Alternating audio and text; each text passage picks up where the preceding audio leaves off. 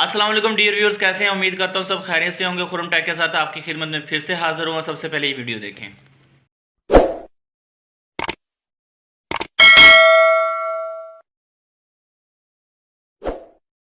अब आप मेरा नुस्खा अपना लें, एक कागज में ताबीज बना लें।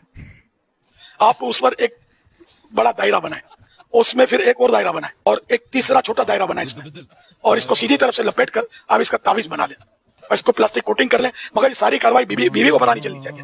जब बीवी तानों पर, तशनी पर, बिगाड़ पर आ जाए ना, तो आप सीधी तरफ के दांतों के नीचे दबा लें। हाँ, सीधी तरफ के दांतों में दर्द है तो उल्टी तरफ लगा लें, और ये कह अब दांतों से उसको ताबीज को पकड़ के रखना है। अब वो जितना शोर ज्यादा करे ना, उतना आपको ताबीज को दबाना है। आप देख लेना, फिर पैगाम देना कि वाकई ये नुस्खा कामयाब हुआ। इस ताबीज की मैं आपको इजाजत देता हूँ, इसको बनाए। जी तो नाज़रीन, आपने वीडियो मुलाजा फरमाई। आपने वीडियो में देखा कि मौलाना इलियास कादरी साहब किस तरह मियाँ बीवी के दरमियान अगर लड़ाई हो जाए तो उसको रोकने के लिए कितना ज़बरदस्त टोटका बता रहा है। तो आप ज़रूर इस चीज़ को अप्लाई कीजिएगा। अच्छा, बहुत टाइम पहले ना मैंने एक अपने मेरे बुजुर्ग थे, उसने मुझे इसी तरह की ने कहानी सुनाई थी। उसमें उसने कहा था कि सास और ना बहू की आपस में बहुत लड़ाई होती थी, और ना वो जो सास थी ना लड़ती थी, बहू भी लड़ती थी। उनके दरमियान ना बहुत ज़्यादा मामला बिगड़ते जा रहे थे, और जो उस घर का सरबराह था, जो मर्द था ना, ज़्यादा परेशान रहता था।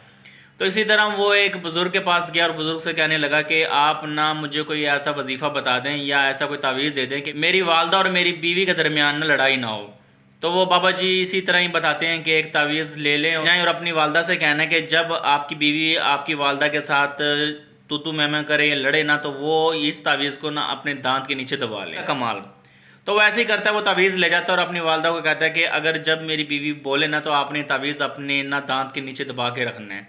तो वो इसी तरह ही करती है, जब भी उसकी बीवी लड़ने के लिए बात करती है ना, तो वो दांत के नीचे उसको तावीज़ को दबा देती है। जाहिर बात है, जब दांत को हम ऐसे दबा कर रखेंगे तो हमने बोलना नहीं, हमने आगे कोई रिस्पॉन्स देना नहीं। लेकिन लोगों का अकीदा देखें, वो वही अमल करते थे। हर चीज़ को तोड़ सकते हैं, लेकिन जो मुर्शिद ने कह दिया ना, वो चीज़ को नहीं तोड़ सकते। जब लड़के की माँ ने जब वो तावीज़ अपने दांतों के नीचे रखा ना, तो ऑटोमेटिकली जो है ना उनके दरमियान लड़ाई ख़त्म होगी। जाहिर बात है, मुंह खुलेगा, बोलेंगे तो तभी लड़ाई पैदा होगी ना। तो कुछ मौलाना इलियास कादरी साहब भी कुछ इसी तरह का ही टोटका बता रहे हैं, ठीक है ना। तो मुझे तो बड़ी हंसी आ रही है। आप इसके बारे में क्या कहेंगे? कमेंट लाजमी कीजिएगा।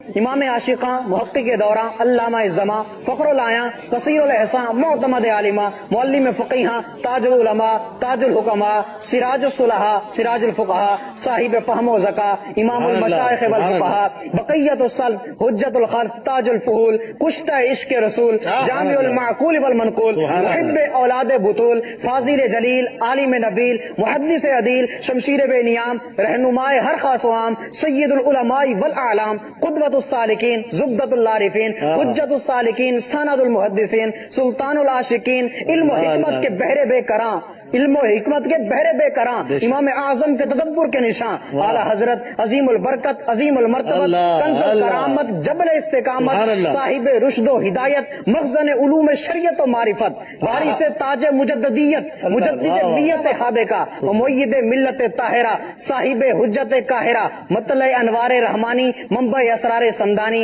काशिफ रुमूज पहनानी फानूस नूर हक्कानी नाइब गौसे जिलानी जानशीन इमाम रब्बानी हक़ व सदाकत की निशानी अल हाफिज अल आलिम अल फाजिल अल मुहद्दिस अल मुफस्सिर अल मुदक्किक अल मुहक्किक अल मुफक्किर अल मुअर्रिख अश-शाह इमाम अहमद रज़ा खान नव्वर अल्लाहु। नाज़रीन, आपने वीडियो देखी। वीडियो में आप देख सकते हैं कि कैसे मदनी भाई जो है ना, नामों का इतनी बड़ी लिस्ट जो है ना सुनाई जा रहा है।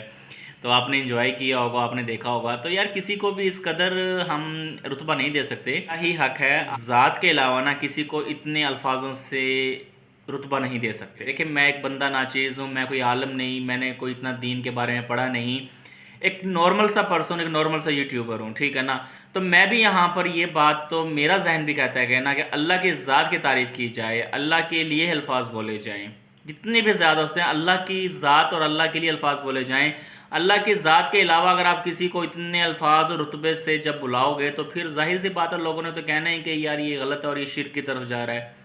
तो मैं भी यहाँ पर इस बात से मुत्तफिक नहीं हूँ कि मौलाना साहब ने कितनी लंबी लिस्ट जो है ना अपने नाम की पेश कर दी। तो आप क्या कहेंगे कि ये ऐसा करना दुरुस्त है या नहीं? आप कमेंट लाजमी किया करें और मेरे चैनल को भी सब्सक्राइब कर दें भाई। आपके लिए मैं बड़ी मज़े मज़े की वीडियो लेकर आता हूँ, आप मेरे चैनल को तो सब्सक्राइब कर दें आप।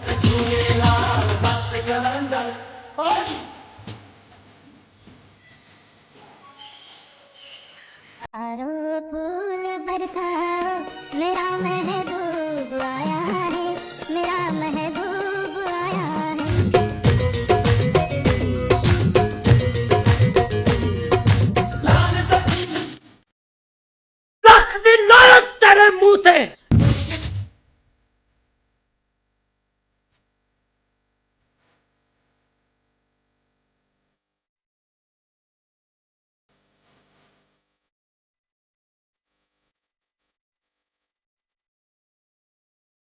अब क्या देखना पड़ रहा है?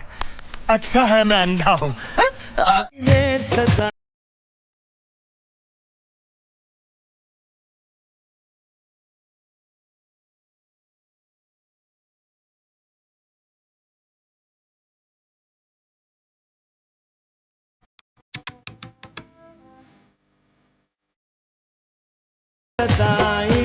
तेरे दर से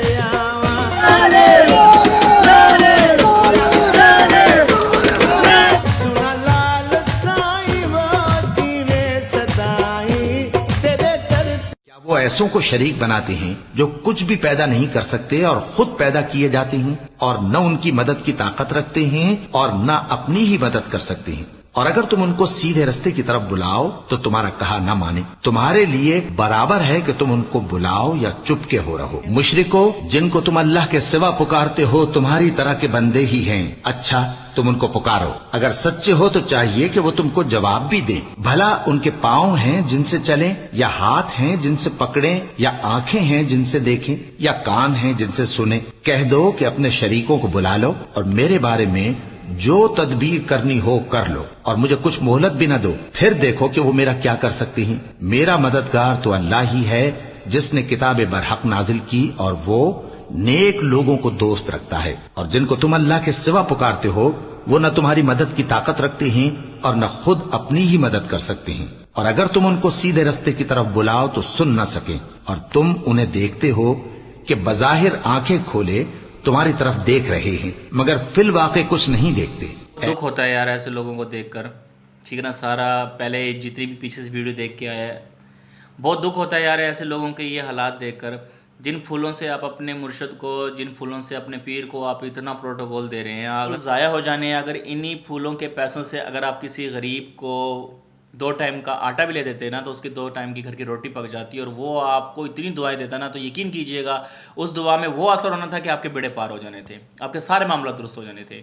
तो हमें अब इस्लाह करनी है इन चीज़ों की। हमने इस चीज़ पर बहुत ज़्यादा बैठ करना, डिस्कस करनी है, इस चीज़ पर डिबेट्स करना है, इस पर हमने बहस करनी है कि ये गलत है, ठीक है, सरासर गलत है। आप नाम लें, अब आप जो है ना 21वीं सदी में रह रहे हैं और इस सदी में रहते हुए अगर आप अभी भी इन लोगों के गुलाम बनकर रहेंगे, इन लोगों के बारे में आपका ये नज़रिया होगा तो मेरे ख्याल से आप भटके हुए हैं। आपको सिरातुल मुस्तकीम दिखाने के लिए अल्लाह की रस्सी को मजबूती से थामना पड़ेगा, ठीक है ना। आप जाएं आलिम दीन के पास, उनके पास जाकर उनसे बैठकर उनसे मुशावरात करें, अपनी इस्लाह करें, अपनी नमाज को दुरुस्त करें, अपने अहकामात को दुरुस्त करें, अपने घर में हुस्न इस्लाह से पेश आएँ।